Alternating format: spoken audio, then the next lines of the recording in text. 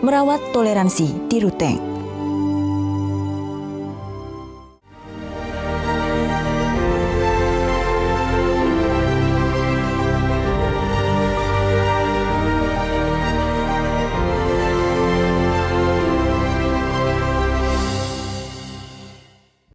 Dipersembahkan oleh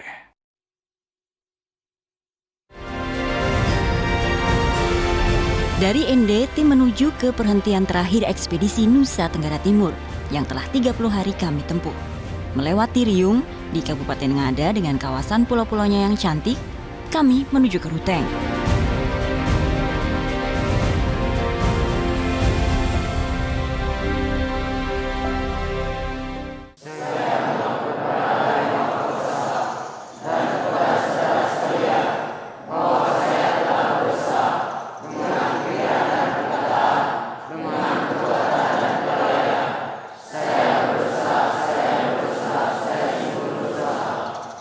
Kepada Tuhan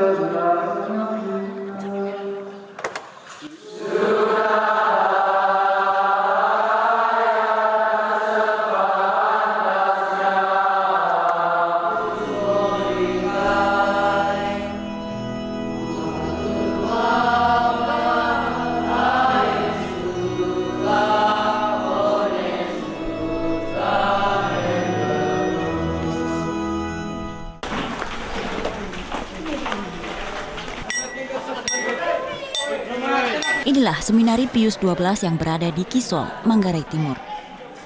Sebuah sekolah pendidikan bagi para calon rohaniawan Katolik, setingkat SMP dan SMA. Berbeda dari sekolah biasa, seminari mewajibkan seluruh siswanya tinggal di asrama dan mematuhi peraturan untuk melatih kedisiplinan.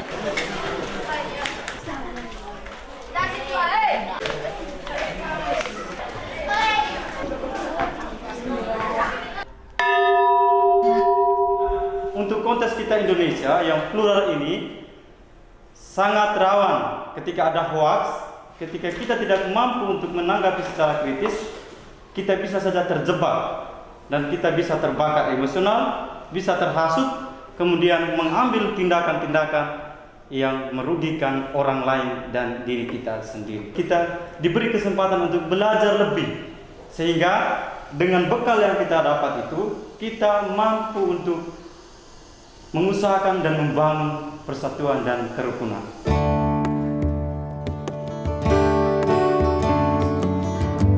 Tak hanya melahirkan pemuka agama, dari seminari ini telah lahir tokoh-tokoh pers terkemuka dan juga para politisi tangguh Indonesia.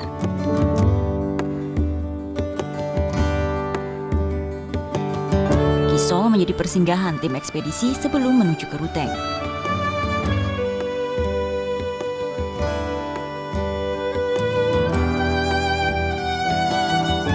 Karena saya dengar banyak nama-nama di tingkat nasional, tokoh-tokoh, bahkan menteri sekarang memang lulusan dari sini, Romo. Pasti ada sesuatu nih di balik seminari ini, kenapa bisa mencetak orang-orang hebat di Indonesia, Romo. Kalau dari Romo bagaimana? Apa bedanya sekolah ini dengan sekolah lain?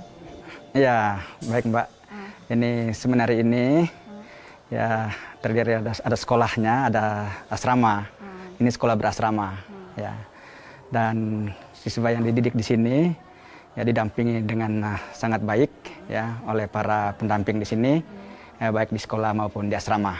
Ya, kami berusaha untuk mendampingi mereka, ya membuat mereka cerdas, ya membuat mereka menjadi anak yang baik, anak yang bijaksana, yang sehat, ya juga yang punya keterampilan sosial. Dan sampai saat ini Seminari Pius XII Kisol ini masih menjadi favorit di NTT, bahkan mungkin di Indonesia. Bagaimana, Romo, proses seleksi untuk masuk ke sini? Oke, proses seleksi memang kami bertahap ya. Pertama kami biasanya mengeluarkan surat edaran ke paroki-paroki bahwa kami akan memulai seleksi. Kemudian di tingkat paroki biasanya pastor paroki yang menyeleksi pertama dengan guru di sekolah, di SD. Mereka menyeleksi mana siswa yang menurut mereka dari sudut kemampuannya layak untuk belajar di seminari. Karena di seminari ini kan tuntutannya tinggi. Dulu saja masih ada keterbatasan internet, seminari ini sudah bisa menghasilkan tokoh-tokoh yang cukup penting di Indonesia, apalagi sekarang mungkin ya sudah ada jaringan internet dan juga kesempatan yang sama. Apa lagi cita-cita Romo atau pesan yang ingin disampaikan ke murid-murid di sini sekarang? Kalau dulu saja orang masih dalam keterbatasan bisa menjadi orang-orang hebat seperti itu, sekarang mereka dengan fasilitas yang lebih lengkap, ya diharapkan mereka jauh lebih hebat, jauh lebih baik, jauh lebih berperan di banyak bidang nanti. Menjadi sekolah yang dipercaya dapat melahirkan tokoh penting di negeri ini, satelit bakti pun dipasang untuk membantu kegiatan belajar mengajar di seminari dan memastikan internet terjangkau bagi seluruh guru dan juga siswa. Staf ahli Menteri Komunikasi dan Informatika Philip Gobang mengunjungi seminari Pius 12 untuk mengecek secara langsung bagaimana pemanfaatan internet di sini.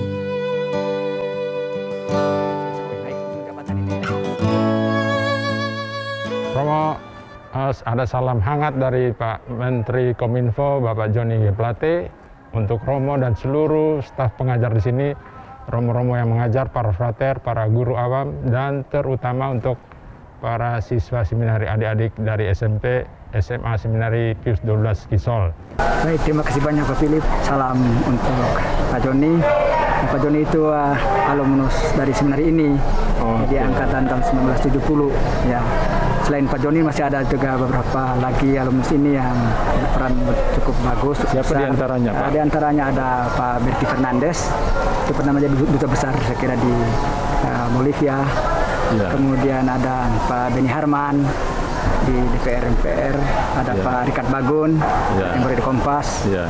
Kemudian ada lagi Pak Donusko Selamun, wasit TV. Baik, Romo, terima kasih ya.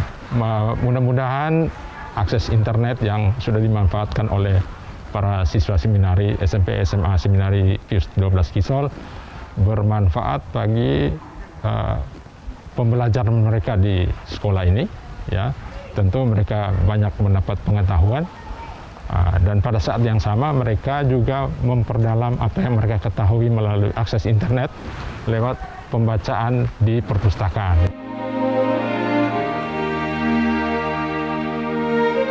Dari Manggarai Timur, tim ekspedisi akan melanjutkan perjalanan menuju ke Manggarai, Kota Ruteng. Sesaat lagi masih dalam ekspedisi Nusa Tenggara.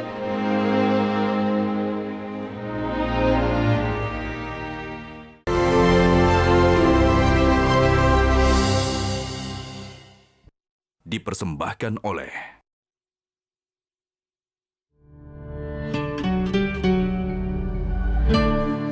Dari Manggarai Timur, tim ekspedisi bergerak menuju ke Kabupaten Manggarai.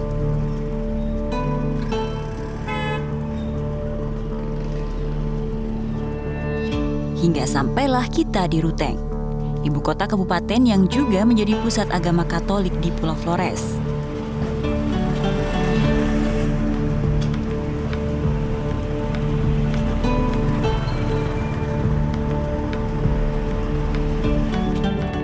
Kami tiba di sebuah panti asuhan dan pusat rehabilitasi Santo Damian yang berada persis di sebelah Rumah Sakit Santo Rafael di Cancar, Kecamatan Ruteng.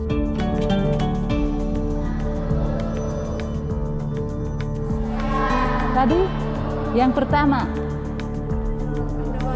kuat ulang itu, berdoa. Jangan lupa Tuhan, kita berdoa untuk siapa saja seperti kamu orang omong tadi. Sesudah itu apa lagi tugas penting yang lain yang suster biasa omong? Jaga kebersihan, apalagi pada musim corona ini. Suster, maaf mengganggu, sudah selesai? Sudah selesai, Bu ya, selamat datang. Apa saja kegiatan suster yang dilakukan di sini? Ada tapi yang kami bantu juga ada yang tinggal di luar, di masyarakat sekitar. Dan hari-hari ini mereka datang di sini untuk mengikuti kegiatan apapun. Jadi yang anak-anak masih belajar di sekolah, mereka akan ke sekolah umum, sedangkan mereka yang tidak bisa ke sekolah, mereka belajar menulis, paling kurang menulis dan membaca di sini. Untuk mengurus 80 orang tadi, membina 80 orang, ada berapa suster dan pekerja di sini, suster? Suster-susternya 4 orang, yang langsung di sini 4. Selain rehabilitasi medis, terus fisioterapi, suster, keterampilan apa yang diajarkan di sini untuk menyiapkan mereka supaya nanti siap untuk masuk ke masyarakat? Jadi ada beberapa keterampilan ringan karena sekaligus berjalan kita mental dan semangat mereka dibina mulai dengan hal-hal. Jadi ada beberapa keterampilan umum yang kecil dan mereka putra-putri bisa buat. Sesudahnya itu mereka akan memilih. Ada yang sekolah mereka akan melanjutkan mau jadi apa saja. Sedangkan yang lain suka pengusaha tadi itu mereka punya kios, mereka punya belajar. Kami ada beberapa toko di sini, atau ada yang ternak atau bertani. Sejak tahun berapa Suster ini Biara ini sudah menelurkan pekerja-pekerja itu di luar dan sudah mandiri? Ya, sejak tahun 1966 sebenarnya lembaga di sini. Mulai dengan Rumah Sakit Santo Rafael. Ya, Rumah Sakit Santo Rafael pada waktu itu 1965 dan di antara pasien umum di Rumah Sakit Santo Rafael juga ditemukan pasien kusta. Maka suster kami pendahulu waktu itu membuat unit ini. Memulai dan berkembang perlahan-lahan sehingga orang kusta, dan dulu sampai dengan akhir tahun 1980-an 89 itu kami menangani seluruh kusta juga di seluruh Manggarai Raya ya. Tapi mulai tahun itu pemerintah punya program, jadi ditangani di fasilitas pemerintah di puskesmas dan sebagainya. Tapi kalau mereka sudah sampai pada tingkat kecacatan tertentu, mereka biasanya dirujuk ke sini, lalu kami beri kesempatan mereka untuk belajar apapun yang ada di sini. Berawal dari seorang biarawati, Suster Virgula yang merintis pusat rehabilitasi kusta dan kaum difabel sejak tahun 1965.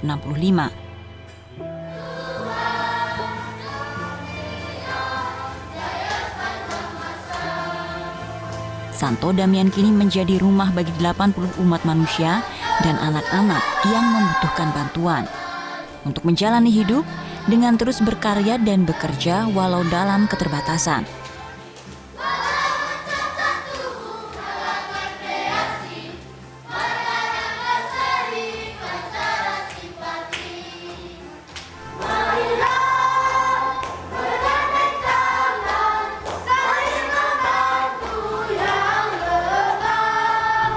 Juga 4 orang suster atau biarawati yang mengabdikan hidupnya untuk membantu mereka.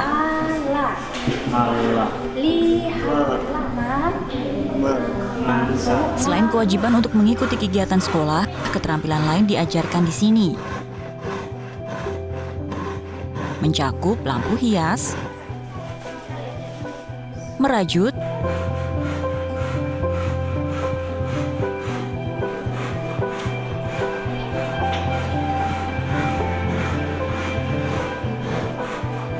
membuat rosario dan kerajinan dari kayu yang dapat dijual untuk memenuhi kebutuhan sehari-hari. Di sini ada satu kisah cerita tentang anak manusia mencoba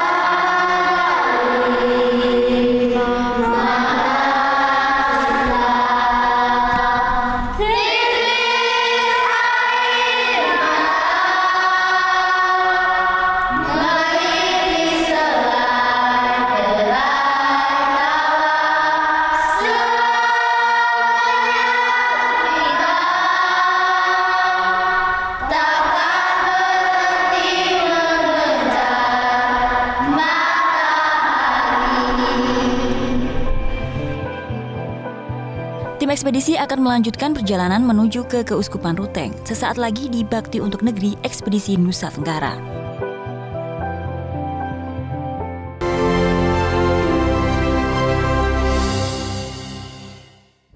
Dipersembahkan oleh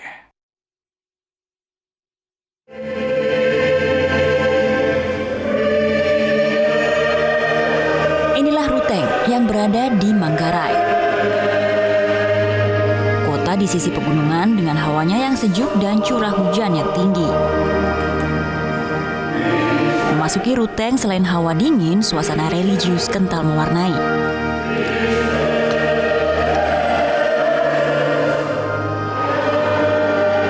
Dengan gereja-gereja yang indah yang banyak ditemukan di kota.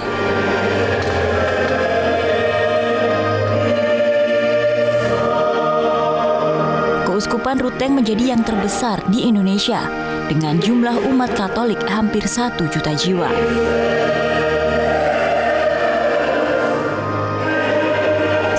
Dengan suasana pilkada dan ancaman perpecahan umat dari maraknya kabar bohong atau hoaks yang beredar di internet, kami pun mendapat kesempatan untuk singgah di keuskupan dan berbincang dengan Uskup Keuskupan Ruteng, Monsinyur Siprinus Hormat.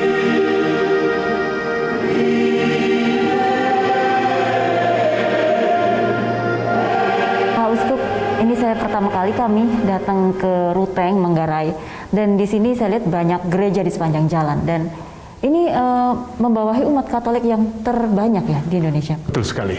Ya, dari segi populasi umat Katolik di keuskupan di seluruh Indonesia, Keuskupan Ruteng adalah keuskupan yang mempunyai umat Katolik terbesar. Dan seiring dengan berjalannya waktu, sekarang teknologi sudah semakin tinggi. Kalau sekarang semua orang bisa mendapatkan informasi yang sama di waktu yang sama dan mempunyai akses untuk menyebarkannya. Nah, bagaimana gereja kemudian menangkal hal-hal negatif yang muncul dari perkembangan teknologi, terutama kaitannya dengan mungkin panasnya politik yang ada belakangan ini gitu? Saya kira ya kita ini kan sekarang terjerembab dalam apa yang disebut post-truth itu ya. Jadi hoax di mana-mana ya. Nah, terkait dengan ini maka gereja mempunyai ya semacam usaha. Gereja pakai mimbar. Karena itu melalui mimbar hari Minggu dan event-event gereja yang lain, para pastor selalu menghimbau masyarakat untuk bijaksana memakai media sosial. Kemudian yang kedua, kita juga dalam kaitan dengan kami di sini, kami mengeluarkan apa yang disebut surat gembala. Surat gembala itu himbauan-himbauan moral dari gereja supaya memanfaatkan media sosial secara bijaksana. Kemudian ada juga ya melalui guru-guru. Bagaimana kita kritis dan menanggapi sesuatu yang bersifat hoaks yang kadang bisa memecah belah persatuan masyarakat. Dan secara khusus kita lebih masuk lebih dalam lagi, secara khusus kerukunan dalam hidup beragama. Nah, dengan itu kita berharap bahwa peran gereja sebatas memberikan edukasi etika moral bisa berjalan, dan itu terus tanpa henti, tanpa jemu gereja selalu bersuara. Apakah orang mendengar itu? Kalau dalam gereja katakan begini ya, kita menabur, apakah nanti jatuh di tanah yang subur? Puji Tuhan, artinya orang sadar.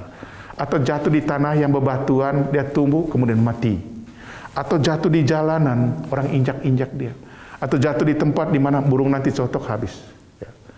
Jadi gereja selalu punya prinsip itu, bahwa kita punya panggilan untuk membawa pesan-pesan iman dan etika moral.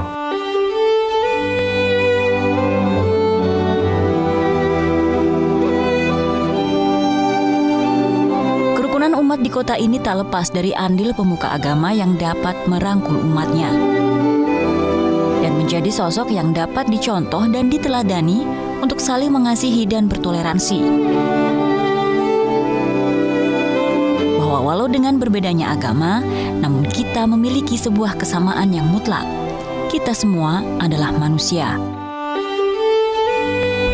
Dan keberagaman itu adalah berkat. Dan juga kita mengalami sebenarnya bagaimana dalam persaudaraan, dalam persatuan, dan dalam kebersamaan itu justru kita banyak melakukan hal-hal yang besar. Indonesia sudah ada itu kerukunan. Sekarang tinggal kita merawat dan tidak boleh lagi dicabik-cabik. Seluruh masyarakat Manggarai, khususnya umat Islam, memiliki arti kerukunan untuk terwarisi sampai ke generasi yang akan datang. Semua umat beragama yang ada di Ruteng, hiduplah dalam kerukunan, karena itulah yang Tuhan inginkan untuk kita. Pesan untuk kita yang ada di Manggarai, bahkan seluruh Indonesia, pelihara kerukunan, sebab itu adalah sendi kuat untuk satu bangsa tetap berdiri. Bahwa tubuh kita ini tidak bisa berdiri sendiri. Ada kesatuan, ada kerukunan, maka berkat Tuhan pasti tercurah dalam hidup kita. Hubungan kita baik sesama agama maupun dengan orang lain itu tetap terjalin. Mari kita bangun Manggarai secara bersama-sama. Karena dengan persatuan kami akan bisa terus merawat kerukunan dan melestarikan persaudaraan. Dan di dalam kebersamaan itu kami akan mampu melakukan hal-hal yang besar untuk kesejahteraan bersama.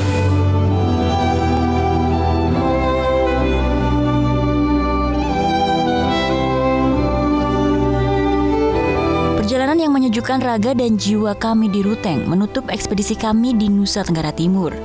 Perjalanan yang membuka mata akan pemerataan informasi di negeri ini, yang tentunya bukan menjadi akhir namun awal dari kemajuan negeri. Pak Philips, akhirnya kita bertemu di Nusa Tenggara Timur, Pak.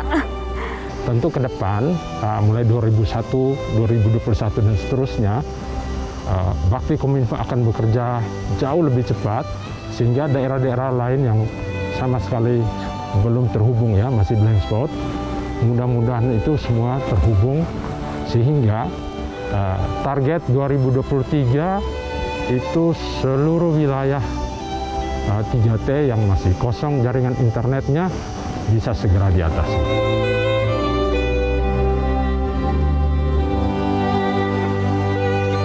"35 hari menjelajah Provinsi Nusa Tenggara Timur, dari Pulau Timor, Pulau Rote hingga Pulau Flores. Kami menemukan keramahan, menikmati kecantikan alam, dan merasakan keunikan budaya yang tiada duanya. Juga menjadi saksi bahwa keterjangkauan jaringan dan teknologi telah banyak mendorong kemajuan pendidikan, kesehatan, dan tentunya ekonomi, yang menjadi awal suatu era. Hingga pada masanya nanti, teknologi internet menjadi sebuah fasilitas yang dapat dinikmati tanpa terkecuali. Tim Ekspedisi Nusa Tenggara Timur undur diri. Sampai jumpa di ekspedisi berikutnya.